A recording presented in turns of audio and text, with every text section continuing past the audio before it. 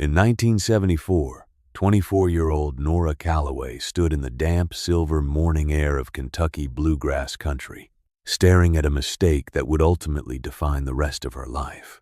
The delivery truck idled in the dirt driveway of her modest, weathered farm, the heavy diesel engine humming a low rhythm that vibrated through the soles of her worn leather boots.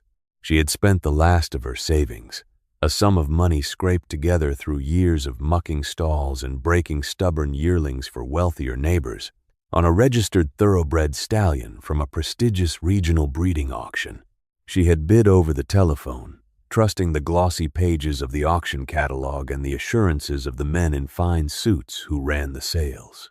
But as the driver lowered the heavy wooden ramp and backed the animal out into the cold morning light, Nora realized instantly that the horse stepping onto her land was not the sleek, papered, pedigreed aristocrat she had purchased. Let me tell you about the animal that stood before her. He was a plain, unregistered chestnut, standing quietly in the mist with a coat the color of a bruised apple and a mane tangled with burrs and travel dust. He was not flashy. He did not possess the delicate, refined head of a modern track runner, nor did he dance and snort with the high-strung, nervous energy that the wealthy syndicates prized so dearly. The transport driver, a tired man with grease on his overalls, checked his clipboard, his face falling as he realized the shipping manifest did not match the animal at the end of the lead rope. There had been a loading error in the chaotic, pre-dawn hours at the auction house holding pens. The driver began to apologize profusely, stammering about mix-ups and tired, stable hands, immediately offering to load the plain chestnut back onto the trailer and drive the 3 hours back to Lexington to retrieve the correct, expensive thoroughbred. Nora did not answer him right away. She stood perfectly still, her breath pluming in the crisp air, her eyes fixed entirely on the mistaken stallion. Now, let me explain something about Nora Callaway. She was raised in a house of fierce, determined horsewomen who had taught her the daily, unforgiving rhythms of the barn. But it was her grandfather, Silas Callaway, who had possessed the deep, ancestral knowledge of the bloodlines. Silas was a man who had farmed and bred horses with a quiet, esoteric philosophy that the modern world had largely abandoned. He had always told her that paper was just paper, easily forged and easily ruined by rain. But bone and breath were the absolute truth of the world. As Nora looked at the plain chestnut, the auction catalog in her pocket suddenly felt entirely worthless. She asked the driver to wait. The stallion stood with a profound, unnatural stillness. The men at the auction house had paid him no attention, tossing him into a holding pen as a grade horse, a mutt destined for a trail riding string or worse, simply because he lacked the proper documentation. But Nora saw what they had missed. She walked slowly around the animal, her eyes tracing the specific, powerful angle of his shoulder, the immense depth of his heart girth, and the short, incredibly dense cannon bones of his legs. When she stepped to his head, she looked into his eye. It was a large, soft, dark eye that did not roll with fear or anxiety. It was a settled eye. It was the exact expression her grandfather had described in his stories, the mark of old, enduring blood that had carried men across continents before the era of short sprints and fragile, glass-legged racehorses. She reached out and ran her hand along his neck. The muscle beneath the rough coat was hard and flat, not the bulky, useless muscle bred merely for the show ring. The horse lowered his head and exhaled a long, steady breath into her palm. He was right. Everything about him felt entirely, fundamentally right. Nora turned to the transport driver, who was still nervously clutching his clipboard and looking at his watch. She told him to leave the horse in her paddock and go find a telephone. The driver looked at her as if she had lost her mind, warning her that the auction house would be furious, that she was legally entitled to the registered animal she had paid for. Nora simply nodded, took the lead rope from his hands, and led the plain chestnut toward the oldest, sturdiest stall in her barn. When she finally got the auction house on the telephone later that morning, she was put through to Mr. Vance, the senior floor manager. Mr. Vance was a man who embodied the arrogance of the established Kentucky horse trade.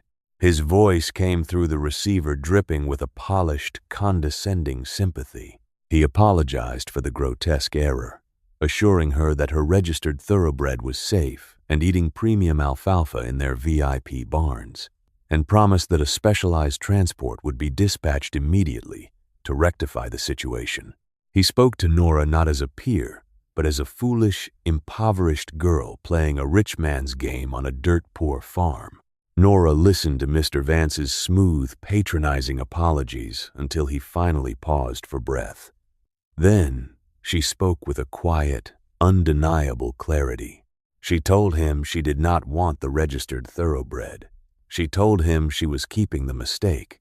There was a long, heavy silence on the other end of the telephone line. When Mr. Vance finally spoke again, his tone had shifted from condescending sympathy to open, mocking amusement. He asked her if she understood what she was doing. He reminded her that the chestnut in her barn had no papers, no history, and no value in the catalog. He told her she was throwing away her life savings on a worthless animal that would barely bring meat prices at a livestock yard. Nora simply asked him what the auction house valued the unregistered chestnut at. Laughing, Mr. Vance quoted a price that was little more than the cost of the fuel it took to transport him. Nora told him to keep her original payment, deduct the scrap value of the chestnut, and mail her a check for the difference. Mr. Vance agreed, chuckling as he hung up the telephone, entirely convinced he had just made a brilliant deal with a local fool. The men gathered in that polished, champagne-scented auction yard had been trading machinery and flesh since before Nora was a thought, and they believed they knew exactly what they were seeing in her. They saw a naive outsider. They did not see the quiet, disciplined inheritance she carried in her mind. That evening, as the sun dipped below the rolling hills and painted the sky in shades of bruised purple and dull gold, Nora walked out to the barn. She bypassed the feed room and went straight to a heavy, iron-bound trunk sitting in the corner of the tack room. Inside this trunk, wrapped in oilcloth, were the tangible artifacts of her grandfather's legacy. They were not bank statements or stock certificates. They were a set of heavy, leather-bound stud books and a series of handwritten journals detailing decades of meticulous, private observations. Silas Callaway had spent his life recording the physical traits of every horse he had ever touched, cross-referencing their bone structures, their gaits, and their temperaments against the fading histories of the old foundation sires. Nora carried the journals to the kitchen table, lit a kerosene lantern to save on the electric bill, and began to read. She spent the entire night turning the fragile, yellowed pages, her finger tracing her grandfather's tight, slanted handwriting. She was looking for a specific combination of traits: the settled eye, the iron-dense bone, the specific fluid gait she had witnessed when the chestnut had walked down the ramp. By the time the gray light of dawn crept through the kitchen window, she had found it. Her grandfather had written extensively about a dormant bloodline, a strain of horses bred in the late 19th century for the cavalry, animals prized not for explosive, fragile speed, but for extraordinary endurance, intelligence, and an absolute refusal to break down under pressure. The establishment had discarded this bloodline decades ago because it did not produce early maturing, flashy sprinters that could turn a quick profit on the 2-year-old racing circuit. They had bred the endurance out, replacing it with fragility. But Silas had believed the old blood was still out there, hidden in the rough, forgotten corners of the country, waiting for an eye that knew how to see it. Nora was convinced the mistaken Stallion was a direct descendant of this lost line, but she needed proof, not for the auction house, but for her own breeding program. The following Monday, she drove her rusted pickup truck into town and walked into the county library archives. For 3 consecutive weeks, she spent every waking hour that she wasn't doing chores sitting in the dusty, quiet basement of the library. She pulled census records, old farm ledger books, historical cavalry remount purchasing logs, and fading microfiche of regional agricultural reports. She traced the geographical origins of the horses that had been rounded up for that specific, low-end auction. Let me stop and ask you something. Have you ever wagered everything on an idea no one else believed in? Have you ever sat alone in a quiet room, armed with nothing but ancestral knowledge, and realized that the entire established world was fundamentally wrong? It is a terrifying and exhilarating place to be. Nora sat in the dust motes of the county library and slowly, methodically connected the dots. She traced the chestnut's likely path backward through obscure farm sales and neglected pastures, matching the physical descriptions and the geographical movements until the line connected directly back to the very foundation sires her grandfather had revered. She had found the lost blood. She had purchased a genetic gold mine for the price of a loading error. But knowing the truth and proving the truth are two entirely different endeavors. The subsequent 5 years were a masterclass in patience, isolation, and quiet suffering. The local horse community, a tight-knit network of wealthy breeders and gossiping farm managers, quickly learned of Nora's decision. The whispers traveled fast. Whenever she went to the feed store or the local hardware supplier, she could feel the heavy, judgmental stares. The neighbors laughed openly at the girl who had traded a registered thoroughbred for a nameless mutt. They called the stallion Nora's Folly. They watched her patch her fences with scrap wood and wear coats that were fraying at the cuffs, entirely convinced she was spiraling toward inevitable bankruptcy. Nora ignored them. She named the stallion Silas, in honor of the man whose wisdom had saved him. She began a rigorous, disciplined routine. She did not coddle the horse. She worked him in the hills, building his lung capacity, testing his endurance, and studying his movement. He never tired. His gait was like pouring water over smooth stones, a fluid ground-covering stride that required almost zero effort. He ate less than a standard thoroughbred, kept his weight through brutal winters, and never took a lame step. He was a machine made of muscle and iron bone. Then, in the spring of 1976, Nora made her next decisive, deeply unpopular move. She bred Silas to the 3 modest, unregistered mares she owned.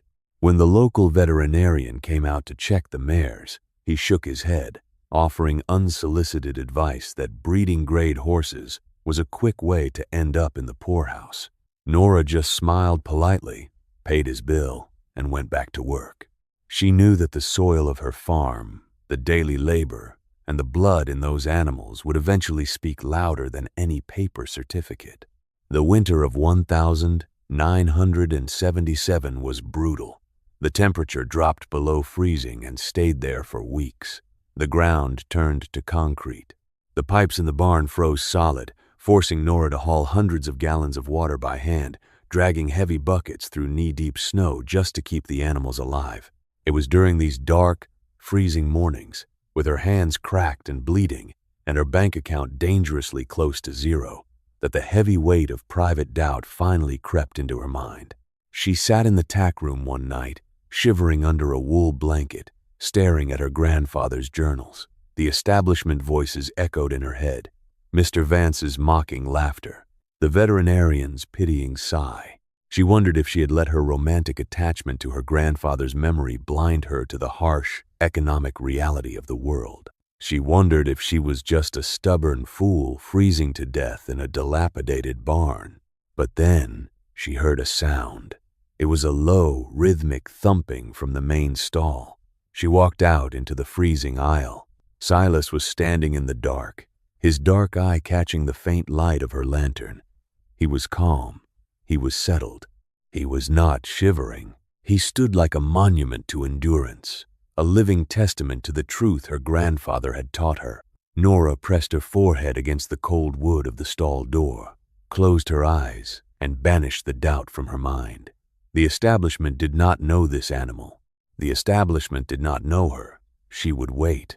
The first signs of absolute vindication arrived in the spring of 1978. The foals hit the ground. From the moment they stood up on their long, wobbly legs, Nora knew she had succeeded. They possessed the exact same deep chest, the same incredibly dense bone structure, and the same quiet, intelligent eye as their sire. As they grew into yearlings and then 2-year-olds, Their movement was a revelation. They did not trot. They floated. They did not spook at shadows or waste energy in nervous anxiety. They were focused, powerful, and utterly sound. Nora did not take them to the flat racing tracks where the wealthy syndicates played. She knew their strength was in endurance and jumping, disciplines that required true stamina and structural integrity. She entered the oldest foal, a filly she named Heritage, into a grueling multi-day regional endurance competition. The entry field was crowded with expensive, heavily sponsored horses ridden by professionals with top-tier equipment. Nora arrived in her rusted truck, wearing a worn jacket, riding a homebred, unregistered horse. The collective judgment of the crowd was palpable. The murmurs of pity and condescension rippled through the staging area. But when the race began, the murmurs died. The course was punishing, filled with steep inclines, deep mud, and treacherous footing. One by one, the expensive, papered horses began to fail. They blew out their breath. They pulled up lame. They refused to cross water, their nervous energy burning them out before the halfway mark. Heritage, however, simply settled into her fluid, ground-covering stride and never broke rhythm. Nora rode her with a quiet, invisible communication, trusting the iron bones beneath her. When they crossed the finish line, hours ahead of the nearest competitor, Heritage was barely sweating. Her heart rate dropped back to resting within minutes. The veterinarians at the checkpoint were stunned. They checked her over, looking for signs of fatigue, looking for a reason to disqualify the unknown horse, but they found nothing except perfect, undeniable health. Nora had not just won the competition, she had embarrassed the entire conventional establishment. The following year, she entered 2 more of Silas's offspring into high-level regional jumping competitions. Again, they dominated. They possessed a natural bascule over the fences and landed with a sure-footed grace that left the traditional breeders speechless. The horses never refused, never tired, and never broke down. Suddenly, the community that had mocked her for years was forced to pay attention. The whispers changed. They were no longer whispers of ridicule. They were whispers of intense, desperate curiosity. People began showing up at her farm, uninvited, leaning over her fences to stare at the plain chestnut stallion who was producing these invincible athletes. The turning point of the story, the moment the world shifted on its axis, occurred when a group of prominent bloodline specialists from a major university took notice of Nora's horses. They approached her at a competition, asking to draw blood and take precise measurements of Silas and his offspring. Nora agreed, knowing exactly what they would find. Months later, the specialists published a paper that sent shockwaves through the Kentucky horse industry. They confirmed, through exhaustive anatomical and genetic comparison, that Silas was indeed the last living, pure descendant of the lost cavalry bloodline. The iron bone, the endurance, the settled eye, it was all scientifically validated. The genetic traits that the modern industry was desperately trying to breed back into their fragile horses were standing entirely intact in Nora Callaway's barn. The news hit the auction houses and the wealthy syndicates like a thunderclap. The plain, unregistered chestnut was no longer a mistake. He was the most valuable outcross stallion in the state. He held the key to fixing the structural weaknesses of 100 different breeding programs, and he belonged entirely to the woman they had all laughed at. It was a Tuesday afternoon in late autumn when the shiny, black luxury car slowly crunched its way down Nora's dirt driveway. The dust had barely settled when the door opened, and Mr. Vance stepped out.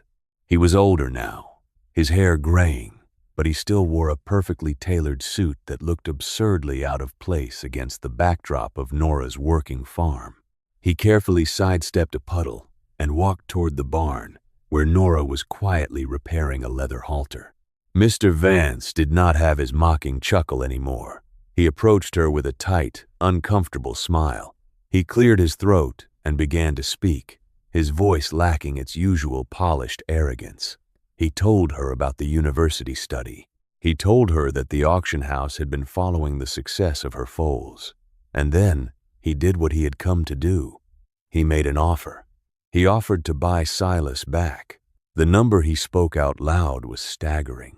It was a six-figure sum, enough money to buy Nora's farm 10 times over, enough money to build a massive, state-of-the-art facility. He held out a certified bank draft, his eyes pleading with her to take it, to let the establishment regain control of the narrative. Nora did not look at the check. She looked at Mr. Vance. She looked at his soft, uncalloused hands and his expensive leather shoes. She thought about the freezing mornings hauling water. She thought about the years of isolation and the heavy weight of the community's ridicule. She thought about her grandfather, Silas Callaway, writing in his journal by the light of a kerosene lamp, trusting in a truth that the world had discarded. She set the halter down on a wooden barrel. "Mr. Vance," she said, her voice steady and low, "do you remember the day you told me I was throwing my life away on a worthless animal?" Mr. Vance swallowed hard, looking down at the dirt. "I was mistaken, Mrs. Callaway. We all were. The market didn't know what he was. We didn't have the paperwork. We didn't have the catalog." "That is exactly the problem," Nora replied. "You only know how to read a catalog. You never learned how to look at a horse." She walked past him, stepping out into the sunlight toward the main paddock. Silas was standing there, his coat shining like old copper in the autumn sun. He turned his head and looked at her with that same profound, settled eye. "He is not for sale," Nora said, not looking back at the man in the suit. "He is exactly where he belongs. You can keep your money, Mr. Vance. I have the blood." Mr. Vance stood in the dusty yard for a long time, the uncashed check burning in his hand. He looked at the woman, he looked at the horse, and for the first time in his professional life, he understood that he was entirely outmatched. He slowly folded the paper, put it back in his tailored jacket, and walked back to his car. The establishment had been humbled by the very thing they had thrown away. The subsequent 3 decades were a testament to the power of deep, patient knowledge. Nora Callaway did not become a loud, boastful figure in the industry. She remained exactly who she was. She kept her farm, though she eventually painted the fences and fixed the roof.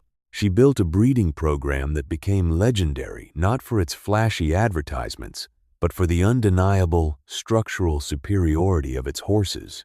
People came from across the country, and eventually across the world, to pay premium stud fees to breed their best mares to Silas, and later to his sons. They paid in cash, and they waited in line, respecting the quiet authority of the woman who ran the farm. Silas lived to be 32 years old, an astonishing age for a horse, remaining sound and healthy until his very last day. When he finally passed, Nora buried him on the highest hill of the farm, under a massive oak tree, marking the grave not with a grand monument, but with a simple, heavy fieldstone. The land remembered him, and the bloodline thrived. Now, let me take you forward to a quiet morning just a few years ago. The farm is prosperous, the mortgages are non-existent, and the early mist still clings to the bluegrass exactly as it did in 1974. Nora is an elder now. Her hair is silver, her hands are deeply lined with the maps of 1,000 days of labor, but her eyes remain sharp and observant. She is sitting in the tack room, the same room where she once shivered under a wool blanket, doubting her own mind. Sitting across from her is her teenage grandson. He is holding a glossy, modern tablet computer, scrolling through digital pedigrees and complex genetic algorithms that the new generation uses to predict racing speeds. He is talking fast, excited about a new, highly rated stallion making waves on the internet. Nora listens to him patiently, a small, knowing smile playing on her lips. When he finishes his enthusiastic presentation, she reaches into the heavy, iron-bound trunk beside her chair. She pulls out the same oilcloth-wrapped bundle she had opened decades ago. She unwraps the fragile, leather-bound stud books and the handwritten journals of Silas Callaway. She hands them to her grandson. He takes them carefully, feeling the weight of the history in his hands. "Algorithms and catalogs are fine things," Nora tells him, her voice carrying the quiet, absolute authority of a life fully lived. "But they will only tell you what everyone else already knows. If you want to find the true value in this world, if you want to find the things that endure when the easy money is gone and the crowds have moved on, you have to put down the paper. You have to learn to look at the bone. You have to learn to look at the eye. The world is full of people who can read a label, but it is starved for people who know how to observe the truth. The young man looks down at the faded, slanted handwriting, tracing the ink with his finger, just as she had done all those years ago. The physical artifact of the ancestral wisdom has been passed down. The cycle of knowledge is secure. The dealer said to sell the mistake for scrap. She kept the mistake, and the bloodline changed the world. The experts laughed at her poverty. She bought their respect with undeniable results. The establishment valued the paper. The wise valued the flesh, the bone, and the land. Let this story be a reminder to you. The greatest treasures in this life rarely arrive with a certificate of authenticity, and the most profound truths are almost never found in the popular catalogs of the day. They are found by those who possess the patience to look closer, the discipline to work in the quiet shadows, and the courage to trust the deep, ancestral knowledge that tells them when the rest of the world is fundamentally wrong. The eyes that found the six-figure stallion were never in any catalog, because true vision cannot be bought. It must be inherited, earned, and fiercely protected.